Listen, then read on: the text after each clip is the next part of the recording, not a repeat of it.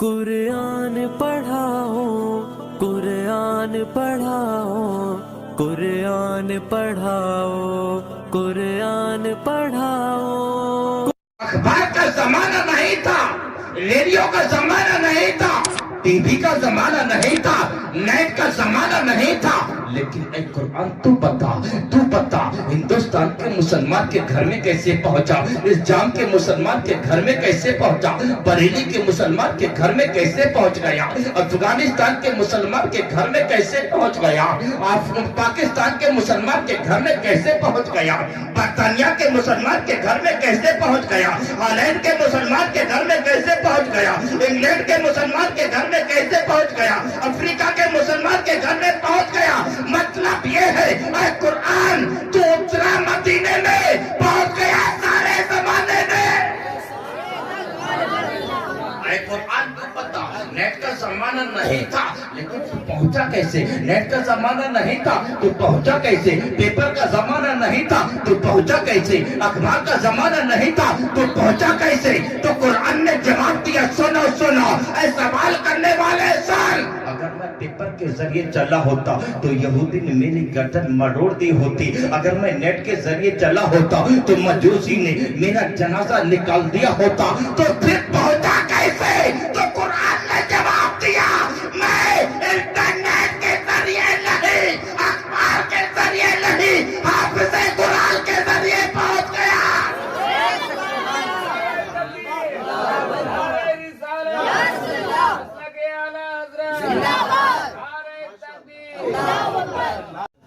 الحمدللہ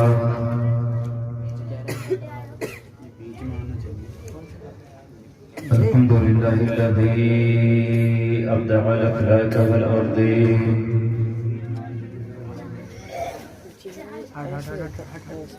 والصلاة والسلام علی من کان نبیا وآدم بین الماء والطین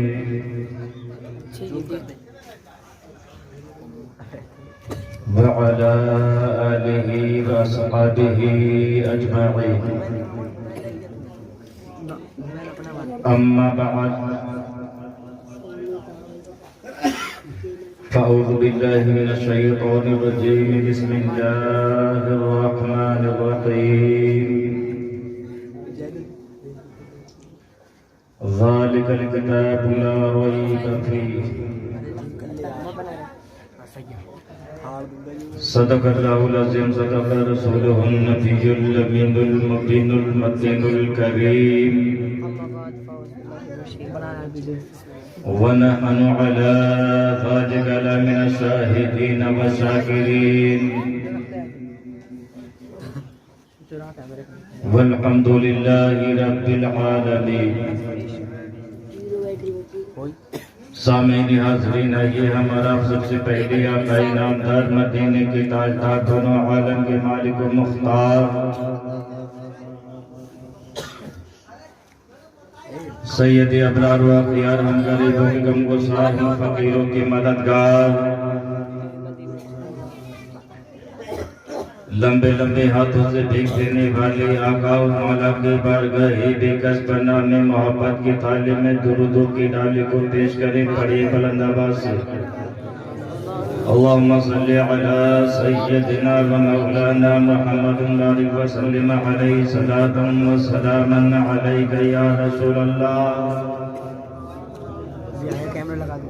ایک مرتبہ اور جی لگا کر بارگاہ رسالت میں درود پاک، اللہ رب محمد صلی اللہ علیہ وسلم، نحن عباد محمد صلی اللہ علیہ وسلم۔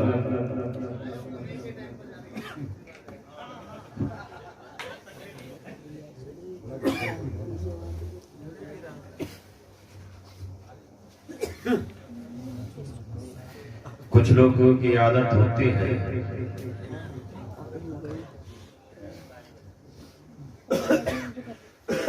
مقصد کہنے کا یہ ہے، کچھوے کی عادت ہے کہ وہ ڈبکی مارتا ہے،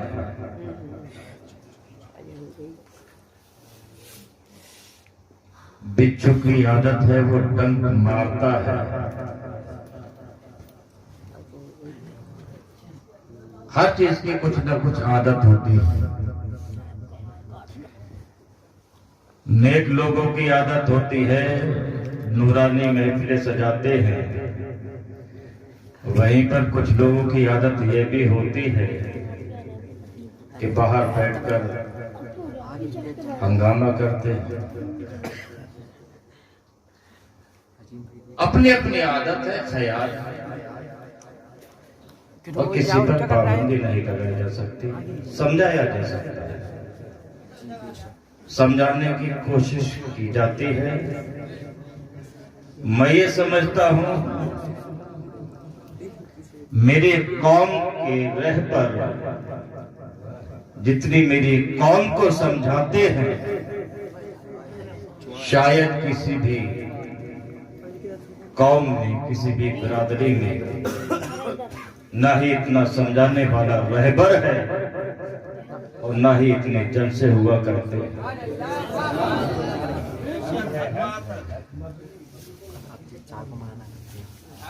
جلسے بھی زیادہ ہیں, محفل میلاد بھی ہوتی ہے, تب بھی اپنے قوم کو سمجھایا جاتا ہے. اور اگر میلاد نہ ہو, جلسے نہ ہو, لیکن مہینے میں 4 جمعے تو آتے ہیں. امام بھرپور اپنے علم کے مطابق اپنی قوم کو سمجھانے کی کوشش کرتا ہے. لیکن حال یہ ہے کہ مرض بڑھتا گیا جوں جوں دبا, مرض بڑھتا گیا. توجہ چاہیے, چائے پینے کوئی دقت نہیں ہے, لیکن تھوڑی سی مرض بڑھتا گیا جوں جوں دبا کے. جتنا سمجھایا جا رہا ہے قوم اتنا ہی الٹا کر رہی ہے. جتنا بھی سمجھا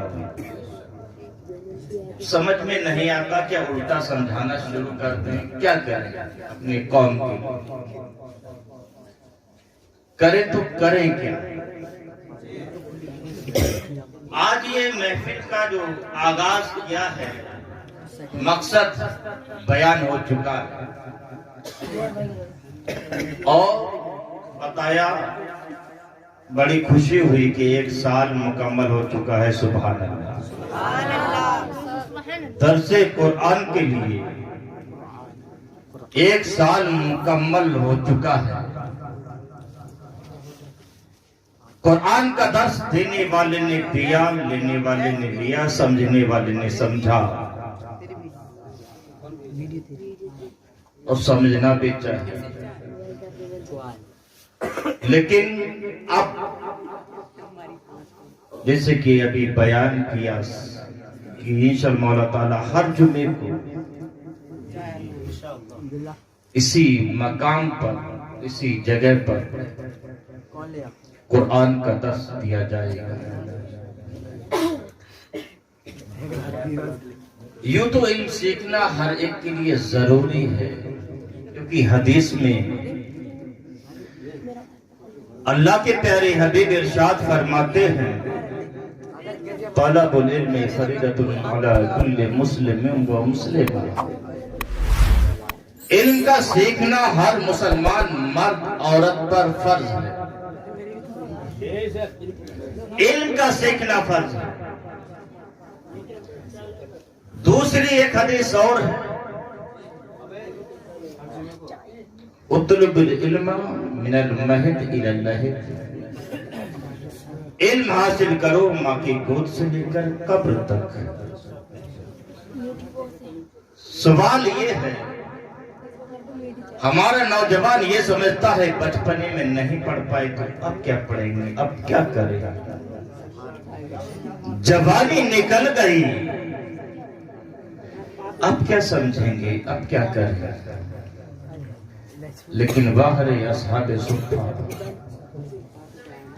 آپ نبی کب اپنی لبھائی مبارک کو ہلائے, زبان کو حرکت دیں، اسی انتظار میں رہا کرتے تھے. سبحان اللہ. کہنے کا مقصد یہ ہے کہ علم سیکھنے کی کوئی عمر نہیں ہے، عمر کوئی متعین نہیں ہے کہ بچپنے ہی میں علم سیکھنا ہے. اگر بچپنے میں نہیں سیکھا ہے تو جوانی میں سیکھ سکتا ہے، جوانی میں اگر نہیں سیکھ سکا تو بڑھاپے میں بھی سیکھ سکتا ہے. کیونکہ میرے آقا نے فرمایا کہ اطلب العلم من المہد الی اللحد، ماں کی گود سے لے کر قبر تک، جب تک موت نہ آئے تب تک علم حاصل کرتا. جب تک موت نہ آئے. اس حدیث نے ہمیں بتا دیا، اس حدیث نے ہمیں سمجھا دیا کہ اگر ہم بچپنے میں نہ سیکھ سکے تو اب سیکھیں. اگر جوانی میں ہم نے ٹائم کو موبائل میں گنوا دیا، جوانی میں سیکھ نہ سکے، اب قبر میں پیر لٹکے ہیں تو اب سیکھیں. لیکن حدیث میں آیا ہے کہ طلب العلم فریضہ، علم سیکھنا فرض ہے. لیکن یہاں پر علم کون سا سیکھنا فرض ہے یہ نہیں ہے. اس کی وضاحت نہیں ہے کہ علم کون سا سیکھنا فرض ہے. علم ریاضی سیکھنا فرض ہے یا علم بلاغت سیکھنا فرض ہے؟ علم قرآن سیکھنا فرض ہے یا حدیث کا علم سیکھنا فرض ہے؟ اصول حدیث سیکھنا فرض ہے یا اصول فقہ سیکھنا فرض ہے؟ علم کلام سیکھنا فرض ہے یا علم ادب سیکھنا فرض ہے؟ علم کون سا سیکھنا فرض ہے؟ تو آؤ امام غزالی کی بارگاہ میں لے چلو. امام غزالی کیمیاء سعادت میں وضاحت کرتے ہیں ہر اس علم کا سیکھنا فرض ہے جس کی ضرورت ہو. سبحان اللہ. ہر اس علم کا سیکھنا فرض ہے جس کی ضرورت ہے. مثال کے طور پر ابھی اگر بالغ نہیں ہے تو شریعت کا مکلف بھی نہیں ہے، اور مکلف نہیں تو روزے کے مسائل سیکھنا فرض نہیں ہے، نماز کے مسائل سیکھنا فرض نہیں ہے، زکوٰۃ کے مسائل سیکھنا فرض نہیں ہے، حج کے مسائل سیکھنا فرض نہیں ہے، بیع و شراء کے مسائل سیکھنا فرض نہیں ہے، خرید و فروخت کے مسائل سیکھنا فرض نہیں ہے. اب اگر تو تجارت کرنا چاہتا ہے تو اب تجھے سیکھنا ضروری ہے کہ خرید و فروخت کے مسائل سیکھنا تجھ پر فرض ہو گیا، اس لیے کہ تو تجارت کرنے جا رہا ہے. اب تجھے سیکھنا ضروری ہے. اب تو بالغ ہو گیا، جب تک نابالغ تھا تجھ پر سیکھنا فرض نہیں تھا. بالغ ہو گیا اب تجھ پر نماز فرض ہو گئی. جب نماز فرض ہوئی تو نماز کے مسائل سیکھنا فرض ہو گئے. جب تو بالغ ہوا روزہ تجھ پر فرض ہو گیا. جب روزہ فرض ہوا تو اب روزے کے مسائل سیکھنا فرض ہو گیا. جب تو حضرات اگر صاحب نصاب نہیں ہے تو زکوٰۃ کے مسائل سیکھنا فرض نہیں ہے. لیکن جب تو صاحب نصاب ہو چکا ہے اب کتنی زکوٰۃ دی جائے، کس کو زکوٰۃ دی جائے، زکوٰۃ کے شرائط کیا ہیں، زکوٰۃ کے حضرات محترم کیا شرائط ہیں، زکوٰۃ کے مسائل کیا ہیں، ان کا سیکھنا کس پر فرض ہے؟ ارے اس پر فرض ہے جس پر زکوٰۃ فرض ہے. حج کے فرائض کس پر فرض ہے؟ حج کے فرائض سیکھنا اس پر فرض نہیں ہے جس پر حج فرض نہیں ہے. اب اگر حج کی استطاعت ہے تو اب حج کے فرائض، حج کے مسائل سیکھنا فرض ہو گئے. تو امام غزالی فرماتے ہیں ہر اس علم کا سیکھنا فرض ہے جس کی ضرورت نہیں، اس کا سیکھنا فرض نہیں. لیکن علماء کرام بیان کرتے ہیں کہ علم دین اپنے بچوں کو سکھاؤ. کیوں بھائی؟ میں تو اپنے بچوں کو سنسکرت پڑھاؤں گا، منع ہے کیا؟ اپنے بچوں کو ہندی پڑھاؤں گا، انگلش پڑھاؤں گا، منع ہے کیا؟ It is my challenge. پوری دنیا میں جتنی بھی بھاشائیں ہیں نا، وہ میرے باپ کی بھاشائیں ہیں.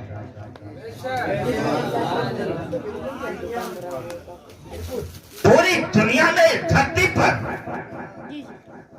جتنی بھاشائیں ہیں، جتنی زبانیں ہیں، جتنی لینگویجیں ہیں، جتنا علم ہے، وہ میرے باپ کی زبان ہے.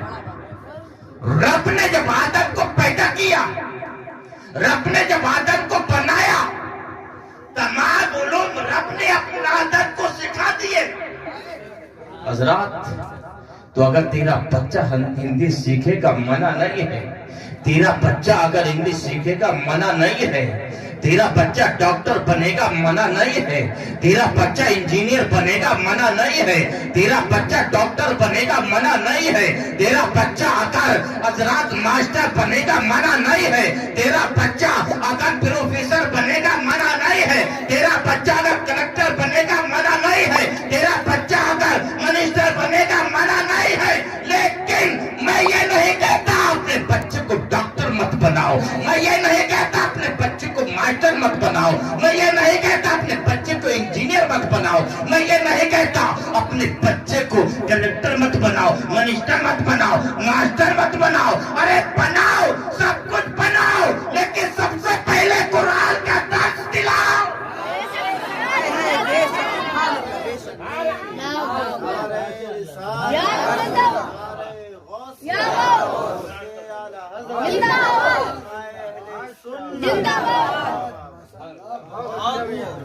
قرآن کا درس دلاؤ. قرآن کیا ہے؟ باہر قرآن ہے کیا؟ پہلے ہی پارے میں قرآن نے بتا دیا، ذالک الکتاب لا ریب فیہ. قرآن وہ ہے جس میں شک بھی نہیں کیا جا سکتا، شک کی گنجائش نہیں ہے. اور قرآن کا ایک لفظ پڑھو گے نا تو کتنی نیکیاں ملتی ہے. 12 سمجھایا گیا ہے، 10 نیکیاں ملے گی. تو قرآن خود پڑھو، اپنے بچوں کو پڑھاؤ. علم دین خود پڑھو، اپنے بچوں کو پڑھاؤ. مزدوری کرنا پڑے کرو، لیکن اپنے بچوں کو پڑھاؤ. اگر دوسرے کی غلامی کرنا پڑے تو کرو، لیکن اپنے بچوں کو پڑھاؤ. اگر رکشہ کھینچنا پڑے تو کھینچو، لیکن اپنے بچوں کو پڑھاؤ. تھوڑا چلانا پڑے تو چلاؤ، لیکن اپنے بچوں کو پڑھاؤ. اگر کھیت میں تمہیں ہل چلانا پڑے تو چلاؤ، لیکن اپنے بچوں کو پڑھاؤ. حضرات کیوں؟ اس لیے کہ جب تیرا بچہ پڑھے گا، ان کی روشنی حاصل کرے گا، تو جانے گا تیرا بچہ کہ باپ کا مرتبہ کیا ہے. تیرا بچہ پڑھے گا تو جانے گا ماں کی اہمیت کیا ہے. تیرا بچہ پڑھے گا تو جانے گا بڑوں کا ادب کیا ہے. تیرا بچہ پڑھے گا تو جانے کا اسلام نے ہم کو سکھایا کیا ہے. تیرا بچہ پڑھے گا تو جانے کا مسجد کا ادب کیا ہے. تیرا بچہ پڑھے گا تو جانے کا قرآن کی اہمیت کیا ہے. تیرا بچہ پڑھے گا تو جانے کا حدیث کا مرتبہ کیا ہے. تیرا بچہ پڑھے گا تو جانے کا نماز کی اہمیت کیا ہے، روزے کی فرضیت کیا ہے، زکات کی اہمیت کیا ہے، حج کی اہمیت کیا ہے. مطلب کیا ہے؟ ارے تیرا بچہ جب علم دین حاصل کرے گا تو جانے گا کہ اسلام نے ہمیں سکھایا کیا ہے.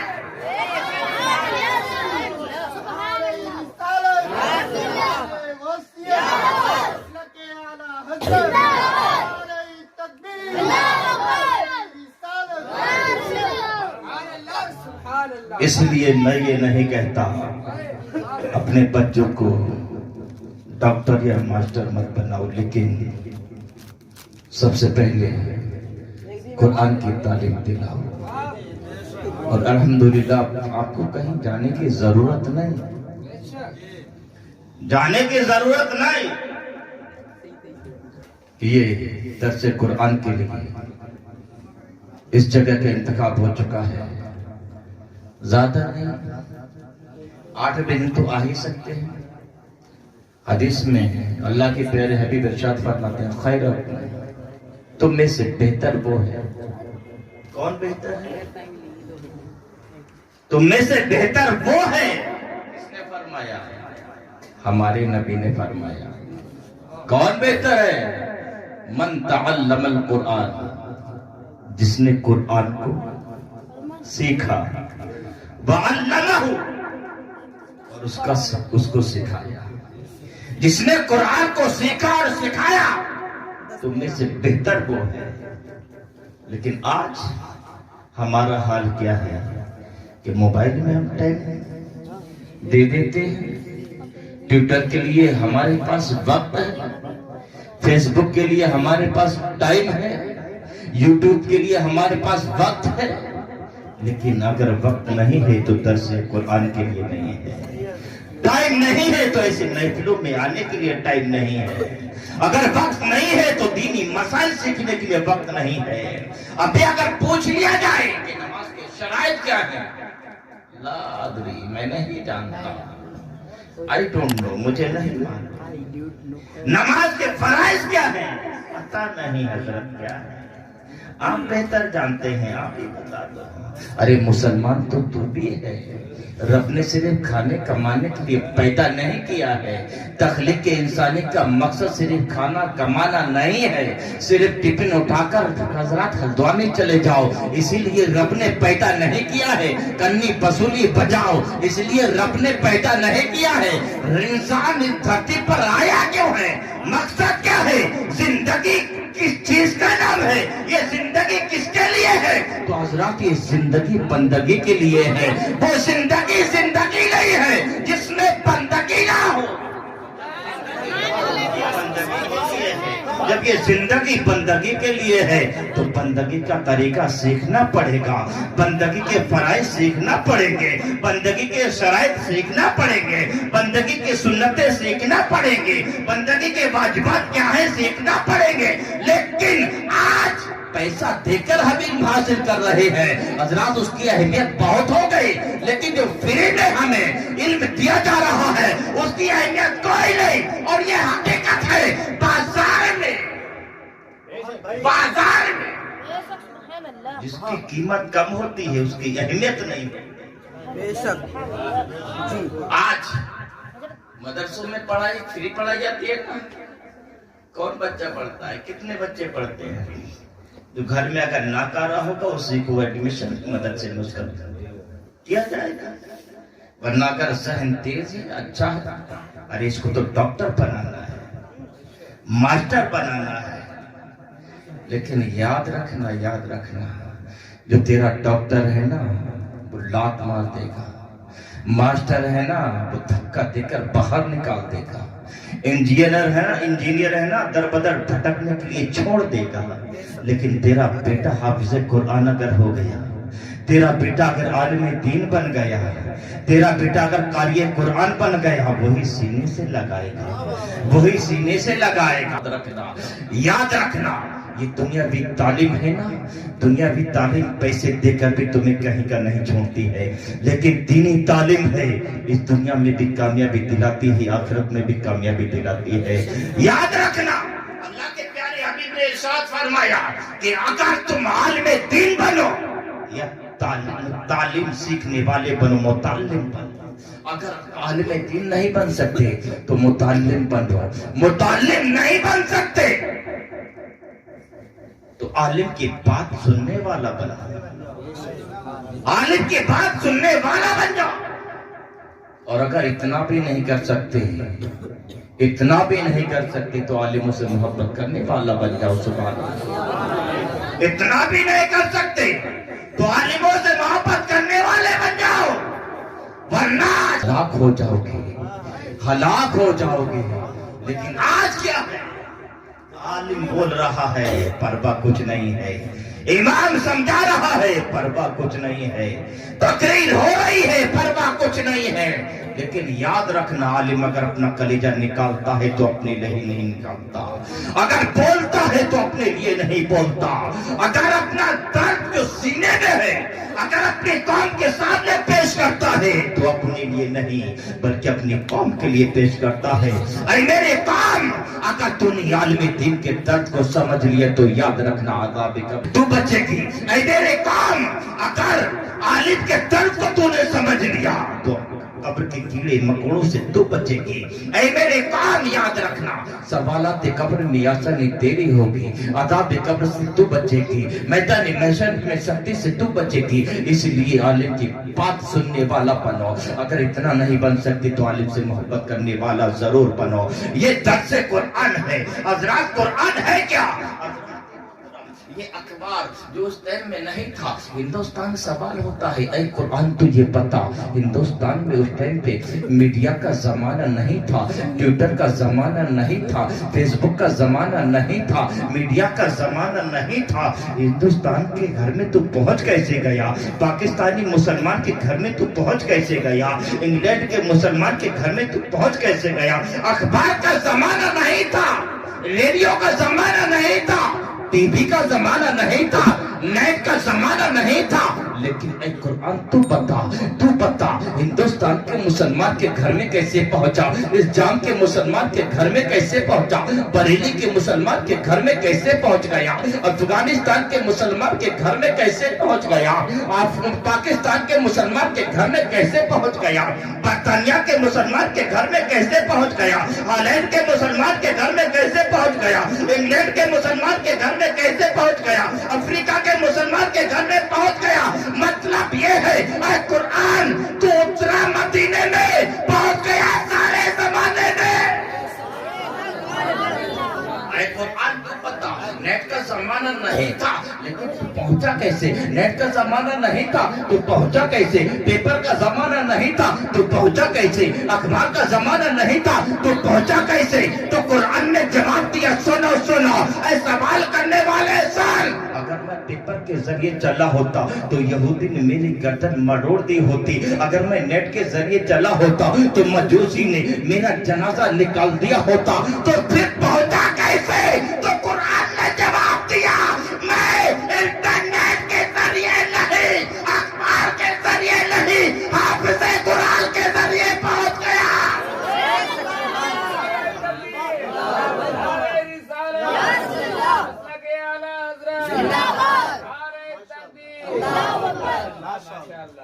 حافظ قرآن کے ذریعے اس لیے قرآن پڑھا، قرآن نازل ہوا مکے میں، پڑھا گیا مصر میں، سمجھا گیا ہندوستان میں۔ سبحان اللہ، مصر جیسا لہجہ کہیں نہیں، اور کنز الایمان جیسا ترجمہ کہیں۔ قرآن نازل ہو مدینے میں، پڑھا جائے مصر میں، سمجھا جائے ہندوستان میں۔ سبحان اللہ۔ تو قربان جاؤ قرآن کی عظمتوں پر، بے شمار عظمتیں ہیں۔ اگر ہم روزانہ اگر ایک آیت سمجھیں گے تو کہتے ہیں نا کہ 365 دن ہوتے ہیں، 365 آیتیں ہم سیکھیں گے۔ اگر ہم نے یہ وظیفہ بنا لیا روزانہ ایک آیت کا صرف، اور ایک آیت کتنا ٹائم لگے گا؟ زیادہ میں زیادہ 5 منٹ سمجھنے کے لیے۔ اس لیے اپنے بچوں کو پڑھائیں، اور الحمدللہ مولانا صاحب قاری بھی ہیں، حافظ بھی ہیں، اور الحمدللہ خامسہ پڑھ رہے ہیں مولانا صاحب بھی، اور 1 یا 2 سال کے بعد میں انشاءاللہ اللہ تعالیٰ دستار بھی ہونے والی ہے۔ ہم اور آپ اپنے ماتھے کی نگاہوں سے دیکھیں گے جلد، بہت جلد انشاءاللہ اللہ تعالیٰ۔ اور یہ کاوشیں ہیں مولانا فیضان صاحب جو آج 1 سال مسلسل ہو چکا ہے، فری میں تعلیم آپ کو مل رہی ہے، لیکن دنیاوی تعلیم پیسے سے ملتی ہے۔ اچھا یہ بتائیں، ابھی میں اگر وکیل کے پاس جاؤں تو فری میں مشورہ دے گا کیا؟ آپ کو دے گا؟ اگر کوئی الیکٹرک والے کو بلا لو، یا تار گڑبڑ ہے تھوڑا دیکھ لیجیے، تو کچھ دینا پڑے گا یا نہیں؟ یا فری میں کر جائے گا؟ فری میں کرے گا؟ نہیں۔ لیکن ہے کوئی دنیا میں ایسا جو فری میں کام کرتا ہو؟ علماء کرام کے علاوہ کوئی نہیں۔ جی بے شک۔ کیا فرماتے علماء دین مفتیان شرع مت مسئلہ ذل میں کہ ایسا اس نے کیا، حکم شرع کیا، کیا پیسے لے گا؟ بھئی پیسے دے پہلے تب مسئلہ بتاؤں گا۔ ہے کبھی؟ ہے کوئی ایسی مثال پیسہ دے کر مسئلہ بتایا؟ مولانا فیضان صاحب کے پاس میں آ گئے کہ حضرت یہ مسئلہ بتاتے ہیں؟ نہیں، 50 روپے دو تب بتاؤں گا۔ میرے پاس آ گئے، نہیں 100 روپے دو تب بتاؤں گا۔ ہوا ہے کبھی ایسا؟ نہیں۔ لیکن یاد رکھنا سب سے اہم جو تعلیم ہے وہ دین کی، اس لیے اپنے بچوں کو پڑھائیں، یہاں پڑھائیں۔ اچھا 11ویں ہم کیوں مناتے ہیں؟ یہ بات یہاں پر آ جاتی ہے۔ 11 ہم کیوں مناتے ہیں؟ غوث اعظم کا کیا وصال کا دن ہے؟ معلوم ہے آپ کو؟ 11ویں شریف ابھی مہینہ گزرا ہے نا؟ آج 11ویں شریف ہے، تو 11ویں شریف مناتے کیوں؟ وجہ کیا ہے؟ ریزن کیا ہے؟ کوئی بتا سکتا ہے؟ 11ویں شریف کیونکہ غوث اعظم کا نہ ہی وصال کا دن ہے، نہیں پیدائش کا دن ہے، پھر کیوں مناتے ہیں؟ قاری فیضان صاحب کیوں مناتے ہیں؟ کیوں؟ کیونکہ میرا غوث، ہم سب کا غوث، ہر مہینے کی 11 تاریخ کو جو فیضان صاحب لے کر چل رہے ہیں نا، یہ 11ویں شریف والے ہیں، یاد رکھنا ہے، غوث اعظم کے چاہنے والے ہیں، انہیں کے نقشے قدم پر چل رہے ہیں، انہیں کے نقشے قدم پر۔ میرا غوث ہر مہینے کی 11 تاریخ کو درس دیا کرتا تھا، اسی سے 11ویں شریف پڑھ گیا، یہ بات۔ اس لیے اگر زیادہ نہیں، جمعے والے دن الحمدللہ ہم لوگ سب خالی رہتے ہیں، زیادہ چین بنا لیں اور یہ تہیہ کر لیں، میں تو آؤں گا ہی، میرے ساتھ ساتھ میں ایک بندے کو اور ساتھ میں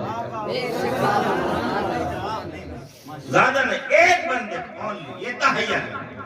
اور ایک بندے کو ہر انسان لا سکتا ہے، آ سکتا ہے۔ میرے 2-4 تو ایسے دوست ہوں گے، سیدھے نجابریہ کھینچ کر لے کے آؤں، لا سکتا ہوں۔ مولانا عظیم صاحب بیٹھے ہیں، اگر قاری فیضان صاحب نے مجھے دعوت دی اور آپ اپنے دوستوں کے ساتھ میں لے کے آئے، لیکن ان کی دعوت نہیں تھی، تو میرے یہ محب ہے، قریبی ہے، سیدھے نجابریہ لے کر آؤں۔ ایک بندے کو تو ہر انسان لا سکتا، تو یہ ارادہ کرنے کے میں بھی الحمدللہ سیکھ لوں، درس قرآن کا درس میں بھی لوں گا، اور ایک کو اپنے ساتھ میں لے کر آؤں گا۔ کیوں؟ اس لیے کہ نیت یہ رکھنا، ثواب کی نیت رکھنا، یہ مت رکھنا کہ میں جا رہا ہوں تو میرا پاور زیادہ ہوگا، میری ویلیو زیادہ ہوگی، یہ سوچ مت رکھنا۔ ارے سوچ یہ رکھنا کہ اگر میرے ذریعے سے اگر یہ سدھر گیا، اگر یہ نیک بن گیا، اگر یہ نمازی بن گیا، یہ متقی بن گیا، اگر یہ پرہیزگار بن گیا، تو اس کی بھی دنیا سنور جائے گی، آخرت بھی سنور جائے گی، اور اس کے ذریعے سے میری بھی آخرت سنور جائے گی۔ نیت یہ رکھنا، کیونکہ حدیث میں اللہ کی پہلے حبیب ارشاد فرماتے ہیں، نیت المومن خیر من عملہ، مومن کی نیت اس کے عمل سے بہتر ہے، مومن کی نیت اس کے عمل سے بہتر ہے۔ اور ایک حدیث میں آقا اور فرماتے ہیں کہ ان اللہ لا ينظر الى اجسامکم ولا صورکم ولکن ينظر الى قلوبکم ونیاتکم، اللہ تعالیٰ تمہارے ظاہری شکل صورت کو نہیں دیکھتا، بلکہ تمہاری قلوب اور تمہاری نیتوں کو دیکھتا ہے۔ سبحان اللہ۔ اسی لیے ڈنکے کی چوٹ پر میں کہتا ہوں،